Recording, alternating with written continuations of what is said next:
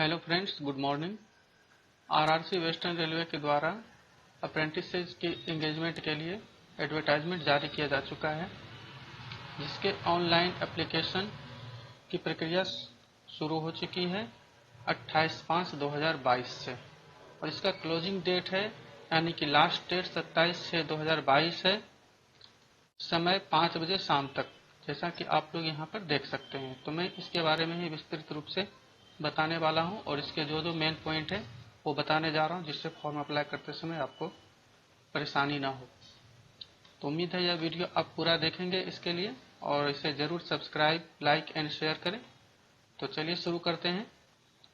जैसा आप देख रहे हैं 2022-23 के लिए वेस्टर्न रेलवे के द्वारा 3612 रिक्तियों के लिए इंगेजमेंट ऑफ अप्रेंटिसशिप के लिए एडवर्टाइजमेंट जारी हुआ है, जिसमें सबसे पहला पॉइंट एलिजिबिलिटी कंडीशंस है। एलिजिबिलिटी कंडीशंस में एज, आपकी एज 15 वर्ष से 24 वर्ष तक की होनी चाहिए, यानी 15 वर्ष से 24 वर्ष तक के कैंडिडेट्स के लिए यह लागू है। एडवर्टाइजेंट वही फॉर्म अप्लाई कर सकते हैं।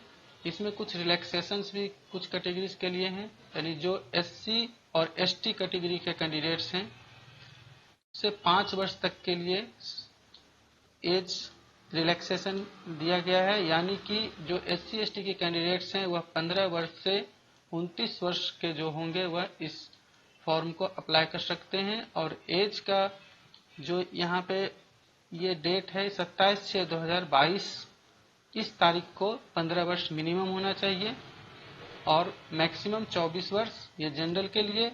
इसी तरह 27/6/22 को मिनिमम 15 वर्ष होना चाहिए एससी एसटी के लिए, और 29 वर्ष मैक्सिमम, उससे यानी कि 15 वर्ष से कम नहीं और जो भी मैक्सिमम है उससे ज्यादा नहीं।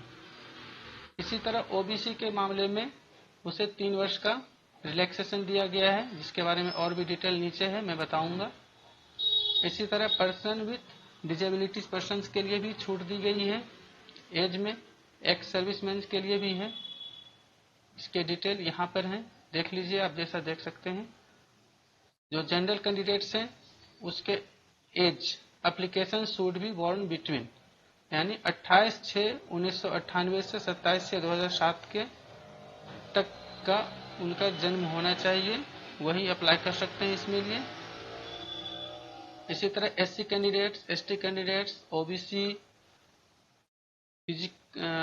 Physical disabilities and ex serviceman के लिए यहाँ पे एज क्राइटेरिया यहाँ पे दिया गया है, जिसे आप देख सकते हैं कि जिनकी जन्म तिथि इतने तारीख से इतने तारीख के बीच हो वो अप्लाई कर सकते हैं। अब सेकेंड, एसेंशियल क्वालिफिकेशन। तो एसेंशियल क्वालिफिकेशंस में दोस्तों आप यहाँ पे देख सकते हैं कि 10th क्लास पास होना चाहिए 10+2 एग्जामिनेशन सिस्टम के तहत, यानी सिंपली आप इसको मान के चलिए कि 10th क्लास आपको पास होना अनिवार्य है बोर्ड एग्जाम, तो ही आप अप्लाई कर सकते हैं इसमें। और दूसरी कंडीशन यह है कि 10th क्लास पास में आपको मिनिमम 50% मार्क्स एग्रीगेट होना चाहिए। आप जिस भी बोर्ड से आपने 10th क्लास पास किया है, मिनिमम 50% मार्क्स होना चाहिए, तभी आप अप्लाई कर सकते हैं, नहीं तो नहीं कर सकते, नहीं तो आपका फॉर्म रिजेक्ट हो सकता है। अब टेक्निकल क्वालिफिकेशन यानी कि आईटीआई के लिए कंडीशन है कि आईटीआई सर्टिफिकेट एफिलेटेड होना चाहिए एनसीबीटी या एससीबीटी से, जहां से भी आपने आईटीआई किया हो, वो एनसीबीटी या एससीबीटी से वो सर्टिफिकेट एफिलेटेड होना चाहिए, तो ही आप इस फॉर्म को अप्लाई कर सकते हैं, और ये कंपलसरी है, जैसा आप यहाँ पे देख रहे हैं। अब इसमें देखिए, इसमें बहुत सारे ट्रेड्स हैं, designated trade and ITI trades, यानी किस ट्रेड्स के लिए जो यहाँ वैकेंसी आई है वो कौन कौन से ट्रेड के लिए है। जैसे वेल्डर है तो वेल्डर के ट्रेड में उनमें आईटीआई होना चाहिए कैंडिडेट्स को, टर्नर है तो टर्नर में। इसी तरह से और भी सारे ट्रेड्स के बारे में यहाँ पे बताया गया है, जिसमें टोटल 18 ट्रेड्स हैं, यानी कि 18 कुल 18 ट्रेड्स के लिए वैकेंसीज है, जिसमें आईटीआई ट्रेड्स किसमें होना चाहिए आईटीआई पास, वो सब इसमें दिखा हुआ है। इसका रिक्वायर्ड टेक्निकल क्वालिफिकेशन यहाँ पे ये आप पढ़ सकते हैं आराम से। तभी आप अप्लाई कर सकते हैं। अब इसमें नोट करने वाली बात यह है कि जो भी कैंडिडेट्स, इसके बारे में मैं सिंपली बता देता हूं कि जो भी कैंडिडेट्स 10th पास कर चुके हैं वही अप्लाई कर सकते हैं और मिनिमम 50% मार्क्स होना चाहिए। और दूसरा, आईटीआई जिसने पास कर लिया है या जिसका आईटीआई कंप्लीट हो चुका है, 1 साल का कोर्स हो या 2 साल का कोर्स हो, जिसने पूरी तरह कंप्लीट कर लिया, फाइनल एग्जाम दे दिया, रिजल्ट आ गया, वही इस फॉर्म को अप्लाई कर सकते हैं। आप ध्यान रखें कि यदि आप आईटीआई का एग्जाम आप दे रहे हो या आपने दिया है और आपका रिजल्ट नहीं आया है अभी तक, तो आप इसे अप्लाई नहीं कर सकते। इस बात को आप विशेष ध्यान में रखें, नहीं तो आपके फॉर्म रिजेक्ट हो सकते हैं। इसी तरह से थर्ड नोट इसमें कंडीशन दिया है, इसमें ग्रेजुएट यानी जो ग्रेजुएट बेस पे फॉर्म अप्लाई करना चाहते हैं वह इस फॉर्म को अप्लाई नहीं कर सकते, या जिसने डिप्लोमा कर रखा हो किसी भी, जैसे सिविल इंजीनियरिंग से या मैकेनिकल इंजीनियरिंग, इलेक्ट्रिक इंजीनियरिंग से, वो भी इस फॉर्म को अप्लाई नहीं कर सकते। इस फॉर्म को अप्लाई करने के लिए 10th पास मिनिमम 50% से होना चाहिए एंड आईटीआई पास होना मस्ट है। इसके अलावा आपके पास हायर क्वालिफिकेशन चाहे जो भी हो तो उससे कोई प्रॉब्लम नहीं है, परंतु मैट्रिक या 10th में 50% मार्क्स होना चाहिए और आईटीआई पास जरूर होना चाहिए। अब यहाँ पर ट्रेड वाइज स्लॉट्स, यानी ट्रेड वाइज स्लॉट्स कितने हैं उसके बारे में इसमें पूरा दिया हुआ है। इसे आप पढ़ेंगे तो ये एनेक्सर 1 में दिया हुआ है, इसके बारे में मैं आगे बताने जा रहा हूँ। बाकी इसमें कुछ टर्म्स एंड कंडीशंस हैं जो आप पढ़ सकते हैं आराम से, यानी कि जैसे कि आप SC/ST से बिलोंग करते हैं तो SC/ST का सर्टिफिकेट आपके लिए अनिवार्य है। यदि कोई एक्स सर्विसमैन है और उसकी सर्विस पूरी हो गई हो तो उसके लिए ये discharge certificate and serving certificate, इसके बारे में ये आप पढ़ सकते हैं। जो भी यहाँ पे नोट्स है इसके बारे में और भी बताने जा रहा हूँ मैं। अब इसमें एक ध्यान देने वाली बात है कि जो भी कैंडिडेट SC/ST से हैं, यानी जो भी SC/ST के कैंडिडेट्स हैं, उन्हें कास्ट सर्टिफिकेट अप्लाई करने से पहले कास्ट सर्टिफिकेट बनाना अनिवार्य है, और वो भी एनेक्सर B फॉर्मेट में। ये बात आप ध्यान रखें, ये बहुत ही ध्यान देने योग्य बात है। 3-4 पॉइंट जो मैं बताने जा रहा हूँ कि जो एनेक्सर B इस एडवर्टाइजमेंट के लास्ट में दिया हुआ है उसी फॉर्मेट में कास्ट सर्टिफिकेट बना हुआ होना अनिवार्य है। अभी आपके पास टाइम है काफ़ी, आप इस बीच में आप सर्टिफिकेट बना सकते हैं और वही सर्टिफिकेट बना के तभी अपलोड करें अप्लाई करते टाइम, क्योंकि वही फॉर्म हो सकता है फिर फॉर्मेट आपको जब डॉक्यूमेंट वेरिफिकेशन के लिए बुलाया जाएगा तो वही फॉर्मेट आपको वहां पे प्रस्तुत करना पड़ेगा। इसी तरह से ओबीसी के लिए OBC caste certificate with non creamy layer certificate के लिए भी यहाँ पे फॉर्मेट दिया गया है। एनेक्सर C के तहत आपको एनेक्सर C के तहत ही अपना कास्ट सर्टिफिकेट बनाना चाहिए। और एक खास बात इसमें यह है कि यह सर्टिफिकेट 1/4/21 या उसके बाद का बना हुआ होना चाहिए। ओबीसी के मामले में मैं बता रहा हूँ, ओबीसी के मामले में ओबीसी की कास्ट सर्टिफिकेट 1/4/21 या उसके बाद का बना हुआ होना चाहिए, नहीं तो आपका फॉर्म रिजेक्ट किया जा सकता है। इस फॉर्मेट में बनाने के बाद ही फॉर्म अप्लाई करें। उसी तरीके से सेल्फ डिक्लेरेशन फॉर्म है, सेल्फ डिक्लेरेशन फॉर्म ओबीसी के लिए, यानी वो एनेक्सर D में दिया गया है। इसे भरकर स्वयं साइन करें उस पर और उसे अपलोड करें, या उसे रखना फिर जरूरी है। तो आप इसमें विशेष करके ध्यान रखें, SC/ST कैंडिडेट्स एनेक्सर B के फॉर्मेट के तहत कास्ट सर्टिफिकेट बनाकर तब अपलोड करें, और ओबीसी कैंडिडेट्स एनेक्सर C के तहत फॉर्मेट के तहत कास्ट सर्टिफिकेट बना के फिर अप्लाई करें अपलोड करके। लेकिन ये 1/4/21 या उसके बाद यदि आपका बना हुआ है इस फॉर्मेट में तो बनाने की कोई जरूरत नहीं है, और यदि नहीं बना है तो आप इसे जल्द से जल्द बना लें। अभी आपके पास टाइम है, फॉर्म अप्लाई करने से पहले आप इसे बना के तब अप्लाई करें, और यही फॉर्मेट आपको डॉक्यूमेंट वेरिफिकेशन के समय भी प्रस्तुत करना हो सकता है। जैसा कि आप यहाँ पे देख रहे हैं, यहाँ पे लिखा हुआ भी है, ठीक है। इसी तरह से EWS के मामले में EWS के मामले में एनेक्सर एच के तहत, यानी एनेक्सर एच के फॉर्मेट में सर्टिफिकेट बना हुआ होना चाहिए। जो भी उसमें टर्म्स एंड कंडीशंस हैं वो सब उसमें लिखा हुआ है और उसी तरीके से बना हुआ होना चाहिए, तभी वो मान्य होगा, नहीं तो फॉर्म रिजेक्ट किया जा सकता है। और जो भी हो करंट सर्टिफिकेट बना हुआ होना चाहिए तो और भी बेहतर हो।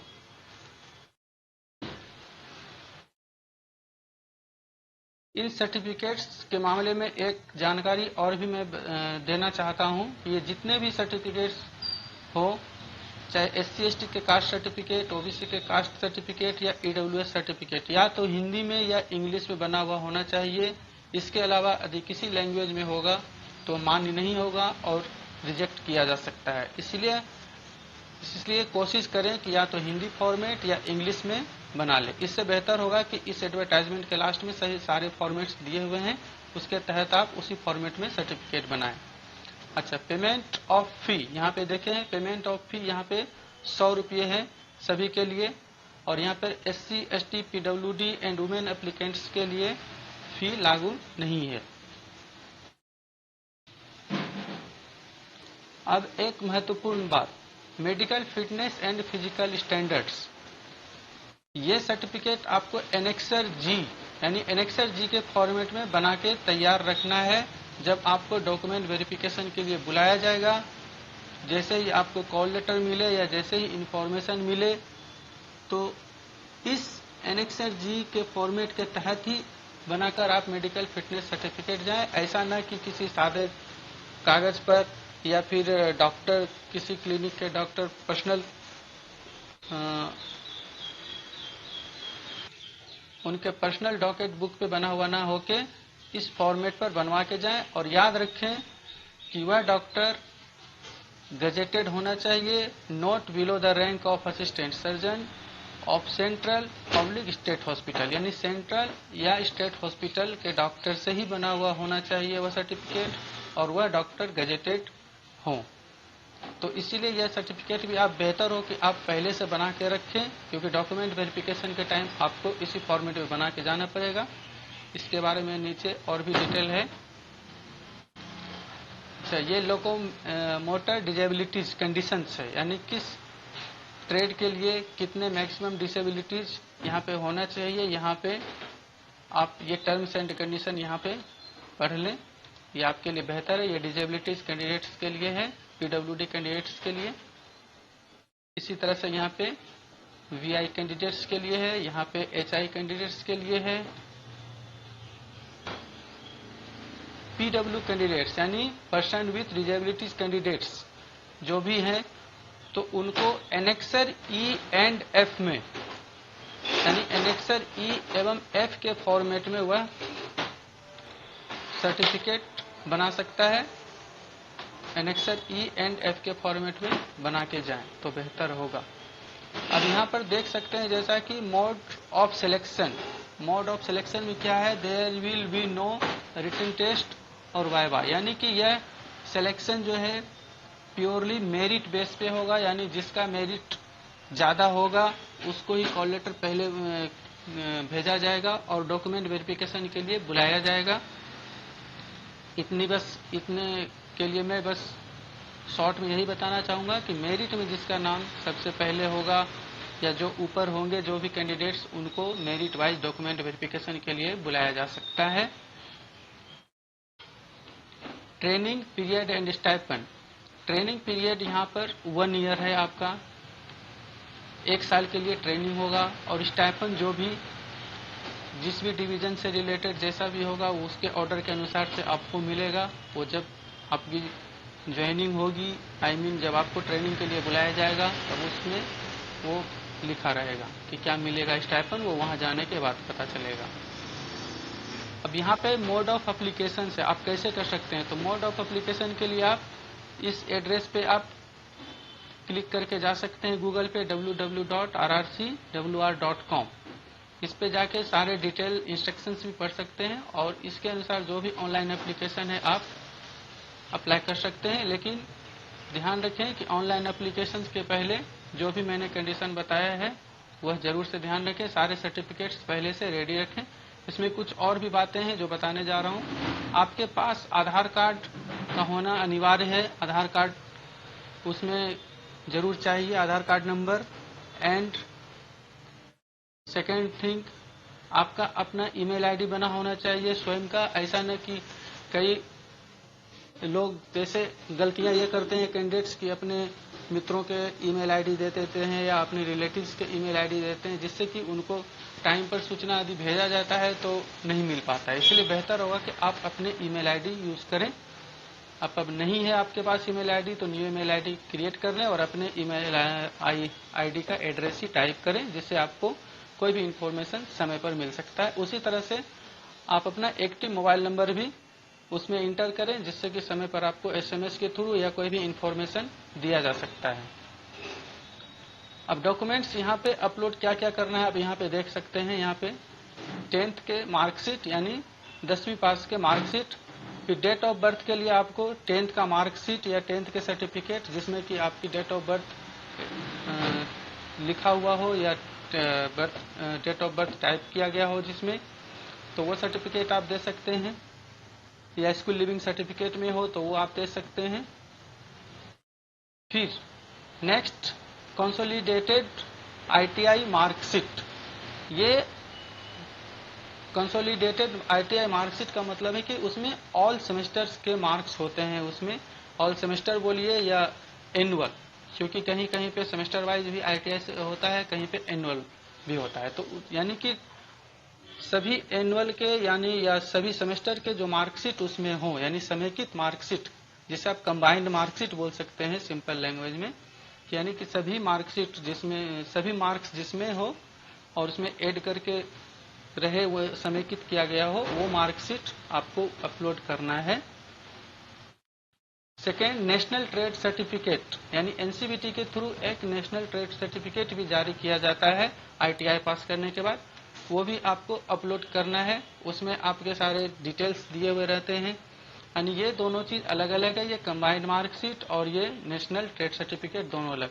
कई कैंडिडेट्स के द्वारा ऐसा देखा जाता है कि वो या तो सेमेस्टर 2 के या एनुअल ईयर के सेकेंड ईयर के मार्कशीट अपलोड कर देते हैं, जिससे कि फॉर्म आपका रिजेक्ट हो सकता है। इसलिए बेहतर हो कि कंसोलिडेटेड आईटी मार्कशीट समय रहते आप अपने जहां से भी आपने आईटीआई किया हो, या तो इंस्टीट्यूट से या फिर जहां से भी आप वहां से वो मार्कशीट लेकर के फिर वही अपलोड करें तो बेहतर होगा, जिससे आपके मेरिट पे भी प्रभाव नहीं पड़ेगा और मेरिट में भी आपका नाम आ सकता है।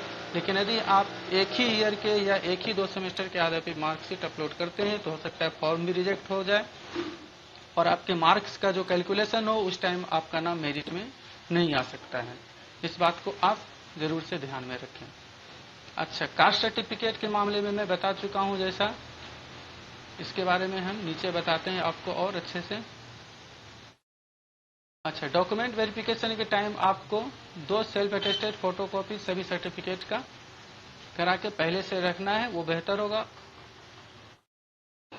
और इनवैलिड एप्लीकेशन रिजेक्शंस आप यहाँ पे पढ़ सकते हैं। कभी आपके स्कैन सिग्नेचर नहीं है, फोटोग्राफ्स नहीं है, या जो भी सर्टिफिकेट आपने सही तरीके से अपलोड नहीं किया है तो फॉर्म आपका रिजेक्ट किया जा सकता है। ये एग्रीमेंट ऑफ ट्रेनिंग के यहाँ पे सारे कंडीशंस हैं, आप पढ़ लें इसको, इसमें दिया जाएगा। अच्छा, इसमें एक चीज मैं जरूर बताना चाहूंगा कि एग्रीमेंट ऑफ ट्रेनिंग में आपसे एक एग्रीमेंट करवाया जा सकता है जिसे कॉन्ट्रैक्ट ऑफ अप्रेंटिसशिप ट्रेनिंग बोलते हैं। तो यदि आप पहले से कहीं किसी सरकारी विभाग में कर रहे हो या प्राइवेट से कहीं कर रहे हो और आपका कॉन्ट्रैक्ट जनरेट किया जा चुका है, तो आप ध्यानपूर्वक इस फॉर्म को अप्लाई करें, जो भी कंडीशन है इसमें पढ़ के, क्योंकि यहाँ पे भी जब आप अप्लाई करते हैं और आप सिलेक्शन आपका हो जाएगा तो आपको फिर यहाँ से भी कॉन्ट्रैक्ट करना होगा, और यदि आपने वहाँ ऑलरेडी कॉन्ट्रैक्ट कहीं किया है तो यहाँ पर फिर कॉन्ट्रैक्ट रेलवे में नहीं किया जा सकता। फिर या तो फिर वहाँ पे कॉन्ट्रैक्ट आपको रद्द करना पड़ेगा, कैंसिल करना पड़ेगा जहाँ आप पहले से कर रहे हो, या फिर यदि आप न्यू सेलेक्ट कैंडिडेट यहाँ पे हो तभी आपका हो सकता है कॉन्ट्रैक्ट। चलिए next, test and grant of certificate, इसके बारे में आप पढ़ लें। ये सारे कंडीशंस दिए हुए हैं ध्यान से। इसी तरह इम्पोर्टेंट इंस्ट्रक्शंस भी हैं, ये आप पढ़ सकते हैं कि क्या क्या कंडीशन, टर्म्स एंड कंडीशंस हैं।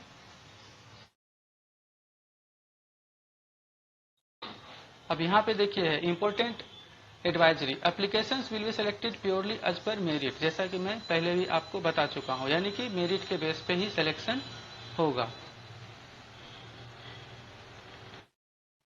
अब नेक्स्ट यहाँ पर देखिए, यहाँ पे स्लॉट्स यहाँ पे है, slots to be notified for the year 2022-23, यानी यहाँ पर किस डिवीजन के लिए यहाँ पे ये जगह है, जगह का नाम है ये, जैसे ये MMCT Mumbai, BRC Vadodara, ADI Ahmedabad, RTM Ratlam, RJT Rajkot, BBP Bhavnagar, PL Parel, MX Mahalaxmi, यहाँ भावनगर वर्कशॉप है, यहाँ एसबीआई साबरमती वर्कशॉप है, यहाँ पे भी एसबीआई साबरमती के वर्कशॉप है सिग्नल के।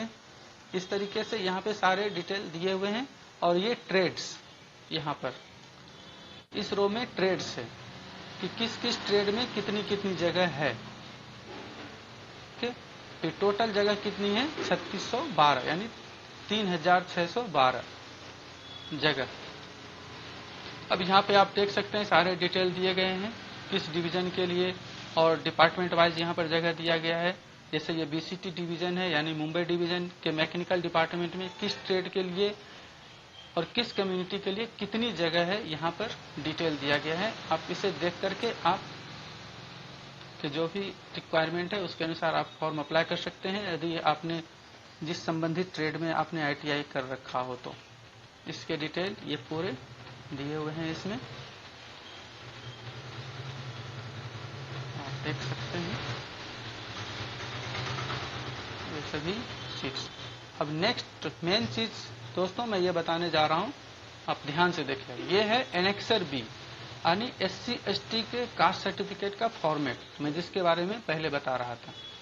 तो आप इस फॉर्मेट को आप या तो अब डाउनलोड कर लें या प्रिंट करा लें, जिससे भी हो, और इसी फॉर्मेट में आपको SC/ST का कास्ट सर्टिफिकेट बनाना है, जिससे कि आपको परेशानी ना हो, और बना करके फिर फॉर्म अप्लाई करें तो बेहतर होगा, क्योंकि इसी फॉर्मेट में फिर डॉक्यूमेंट वेरिफिकेशन के लिए भी आपको इसी फॉर्मेट में प्रस्तुत करना होगा सर्टिफिकेट। तो बेहतर होगा अभी समय रहते आप इस फॉर्मेट में बना ले। ये SC/ST का कास्ट सर्टिफिकेट का फॉर्मेट है। सेकेंड, ये OBC के कास्ट सर्टिफिकेट का फॉर्मेट है, आपको इसी फॉर्मेट में बनाना है, ध्यान रखें, और अपलोड करें फॉर्म अप्लाई करते समय, और डॉक्यूमेंट वेरिफिकेशन के टाइम पे यह भी काम आ जाएगा। ये सेल्फ डिक्लेरेशन फॉर्म है OBC कैंडिडेट्स के लिए, जो कि यहाँ पर आप अपना सेल्फ डिक्लेरेशन दे सकते हैं, यहाँ पे अपनी साइन कर सकते हैं। नेक्स्ट, एनेक्सर ई, यह है फिजिकल डिजेबिलिटीज कैंडिडेट्स के लिए। Annexure E and annexure F, इस दोनों फॉर्मेट में आप सर्टिफिकेट बना के प्रस्तुत करें या अपलोड करें अप्लाई करते समय, डॉक्यूमेंट वेरिफिकेशन के समय यही प्रस्तुत करना होगा आपको। नेक्स्ट जो सबसे मेन इंपॉर्टेंट है, एनेक्सर जी, ये सभी कैंडिडेट्स के लिए लागू है, ध्यान रखिएगा। ये medical fitness certificate for standard of physical fitness of act apprenticeship training in western railway. इस फॉर्मेट में आपको अपना मेडिकल फिटनेस सर्टिफिकेट बना के रखें, और डॉक्यूमेंट वेरिफिकेशन के टाइम जाए, यदि आप सिलेक्ट हो जाए तो। यहाँ पे आपका फोटो है, फोटो को मेडिकल ऑफिसर के द्वारा जरूर अटेस्टेड कराएं। यहाँ पे सारे डिटेल्स जो भी आप जरूर फिलअप करें, और उसके बाद डॉक्टर के थ्रू। ये देखिए 2 पेज में यह फॉर्मेट है, ध्यान रखें, सिर्फ एक ही पेज को ना देखें। एनेक्सर जी 2 पेज में है, ये 1 एंड ये 2। यहाँ पर मेडिकल ऑफिसर जो भी है उनका डिटेल्स होगा, और ये सारे सर्टिफिकेट्स के फॉर्मेट हैं।